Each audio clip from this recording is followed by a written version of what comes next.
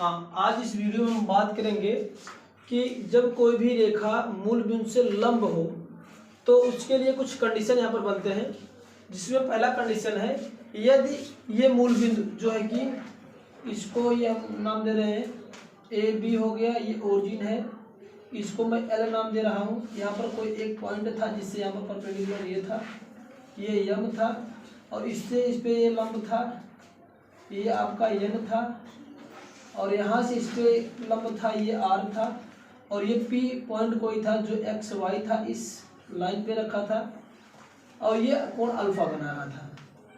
इतना चीज़ था, ये भी अल्फा हुआ करता था, निकाले थे, और ये भी अल्फा आया था, इसको भी निकाले थे, और ये भी क्या था, ये अल्फा माइनस का ये था, और ये अल्फा प्लस यानी 90 प्लस का अल्फा था। ये ओवरऑल इतना चीज़ यहाँ पर केस थे। यहाँ पर पहला कंडीशन है कि यदि पी बराबर 0, अर्थात कहने का मतलब ये जो लंब है पी ओ एल, जो ओ एल लंब ही था, ओ एल की वैल्यू यहाँ पर दे रखा था, कुछ वैल्यू दे रखा था, यहाँ पर पी माना था, यानी जो लंब था वो स्मॉल पी है।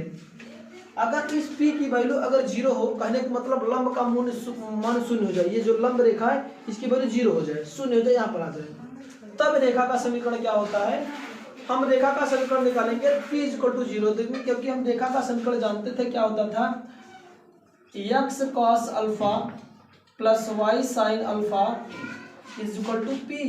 ये लंब रेखा का या लंब रूप में रेखा का समीकरण होता था, ये रेखा का समीकरण होता था। यहाँ पर कंडीशन कहा क्या कि अगर ये p जो है कि लंब क्या हो जाए, 0 हो जाए, तो नया समीकरण हमें मिल जाएगा। क्या, इसमें p के स्थान पे 0 पुटअप करेंगे, जैसे p की वैल्यू 0 पुटअप करेंगे तो हमारा नया इक्वेशन बन जाएगा x cos alpha plus y sin alpha = 0। इसको थोड़ा सा रिप्लेस कर देंगे, इसको हम करें क्या, x cos alpha = -y sin alpha बन जाएगा। साइन से दोनों साइड भाग देंगे साइन अल्फा से, तो बने क्या, यहाँ पर y बच जाएगा, और यहाँ पर आ जाएगा -x cos अल्फा बटे साइन अल्फा आ जाएगा।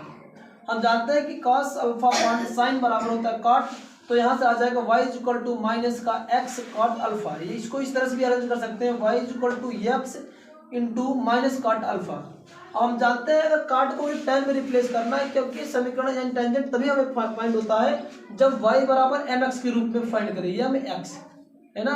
ये कब है कि जब कोई भी पॉइंट मूल बिंदु से होकर जाए, है ना, मूल बिंदु से होकर जाए, तब इस रेखा की समीकरण होता है प्रवणता के फॉर्म में। तो यहाँ से जो होता था, ये टेंजेंट होता था, एंगल होता था, प्रवणता जिसे बोला जाता है। तो यहाँ से इसको कैलकुलेट करेंगे, इसको इस फॉर्म में बनाया मैंने। तो x माइनस tan अल्फा को, tan को चेंज किया काट में, सॉरी काट को चेंज किया tan में, और माइनस काट अल्फा बराबर होता है क्या, tan 90 प्लस का अल्फा होता है, यानी tan 90 प्लस अल्फा बराबर होती वैल्यू क्या, माइनस काट का अल्फा होता है। माइनस काट के स्थान पे tan 90 प्लस अल्फा कर दिया इंटू x। अब यहाँ से इस इक्वेशन से अगर कंपेयर करेंगे तो जो m की वैल्यू आ जाएगी, क्या आ जाएगी, tan 90 प्लस का अल्फा। कहने का मतलब ये है कि अब इस समय अगर ऐसा हो कि जब लंब का मान 0 हो जाए, 0 हो जाए, तब हमारा एक नया इक्वेशन बनेगा, और वह इक्वेशन इस तरह से बनेगा कि जब कोई भी रेखा मूल बिंदु से होकर जाए, जब 0 होकर कहने का मतलब मूल बिंदु से होकर जाएगा, तो मूल बिंदु से होकर जाएगी तो धन x के साथ, इसके साथ जो एंगल बनेगा वह इस फॉर्म कितने बनेगा, अब जो x अक्ष के साथ बनाए कोण 90 प्लस का अल्फा कोण बनाएगी, पहले कंडीशन में। कब, जब लंब 0 हो जाए। दूसरा कंडीशन यहाँ पर है कि यदि अल्फा = 0 हो तो समीकरण क्या मिलेगा, अगर ये एंगल जो फॉर्म करा था इसकी वैल्यू 0 हो जाए, यानी इस एक्सिस के समांतर हो जाए, एक्स के उसी पर हो जाए, तो हमारा क्या बनेगा, तब होगा समीकरण हमारा x = क्या बन जाएगा, p बनेगा। x = p मतलब कहने का मतलब क्या हो जाएगा आपका, ये जो है अगर जैसे ही इसकी वैल्यू हम अल्फा की वैल्यू इसमें 0 पुटअप करेंगे, इस वाले इक्वेशन में 0 पुटअप करेंगे, तो मान लिया कि हमारा p = x cos alpha plus y sin alpha. Alpha के स्थान पे 0 पुटअप करेंगे तो p = x cos 0 plus y sin 0 बनेगा। p = क्या हो जाएगा, cos 0 की वैल्यू 1 होती है और sin 0 की वैल्यू 0 होती है, तो ये पूरा टर्म क्या हो जाएगा, 0 हो जाएगा, और ये टर्म बच करेगा, यानी p = x × 1 प्लस y × 0, ये टर्म 0 हो गया, तो बचे क्या, p = x बनेगा। तो यहाँ पर मैं लिख दिया हूँ cos 0 की वैल्यू 1 होती है, ये टेबल से आपको फाइंड होगा, और sin 0 की वैल्यू क्या होती है, 0 होती है। तब हमारा एक नया इक्वेशन मिल जाएगा, ये p बराबर क्या हो जाएगा, p बराबर आपका x मिलेगा। अब p बराबर जब x हमारा मिलेगा तो हम कह सकते हैं कि जो मेरा AB रेखा है यह y अक्ष के समांतर होगा। ये जो है कि ये क्या होगा, y अक्ष के क्या होगा, समांतर होगा, y अक्ष के समानांतर, समांतर के साथ साथ क्या होगा, p दूरी पर होगा, p दूरी पर होगा। ये जब ऐसा कंडीशन है कहने का मतलब ये एक्स अक्ष के समांतर, इसके समांतर सॉरी वाई अक्ष के समांतर हो जाएगा, ये वाई अक्ष के समांतर होगा, साथ साथ इससे p डिस्टेंस दूरी पर कहीं कहीं स्थित होगा।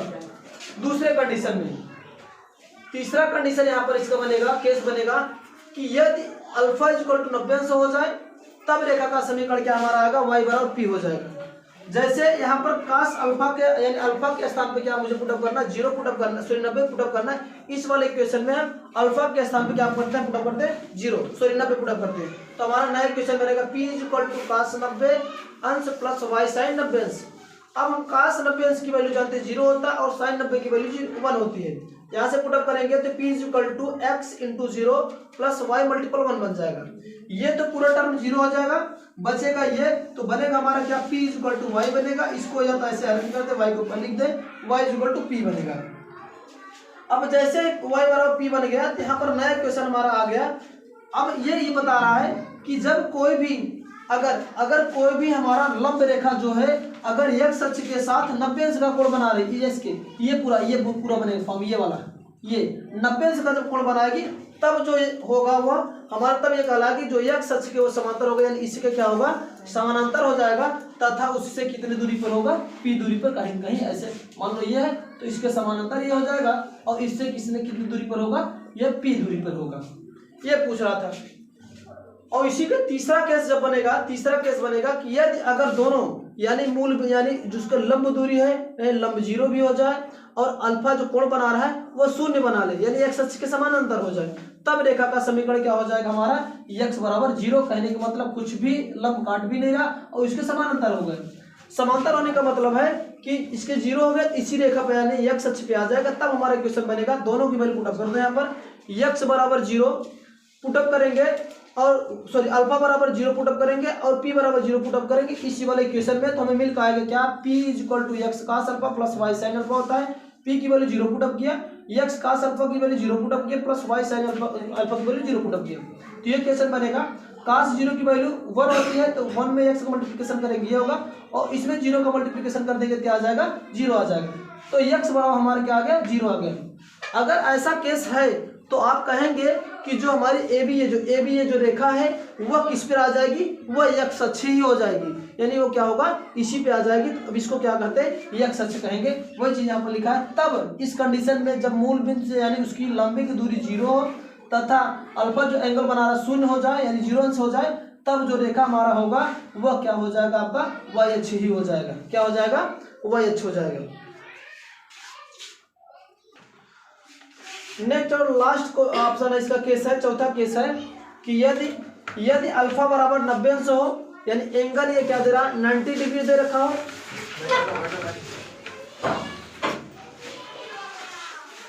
और p की वैल्यू क्या दे रखा हो, यानी ये जो लंबी की दूरी है कितना दे रखा, 0 दे, तो हमारा एक नया इक्वेशन मिलेगा।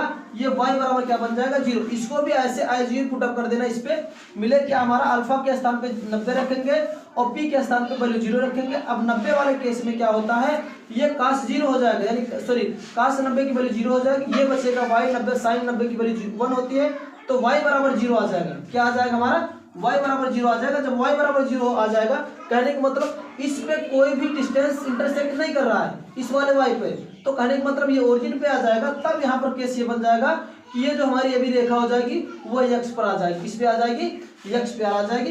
ये 4 कंडीशन इस लंब के फॉर्म में है कि जब कोई भी समीकरण हमें फाइंड करना है, अगर वो लंबिक फॉर्म में अगर फाइंड करना है तो ये 4 कंडीशन प्लस इसका जो डेरिवेशन है जो निकाल के रखे थे, ये क्वेश्चन बना था x cos alpha plus y sin alpha equal to p। इस पे कुछ बेस्ट क्वेश्चन है, उसको मैं अगले वाले वीडियो में देखेंगे। तब तक के लिए जय हिंद।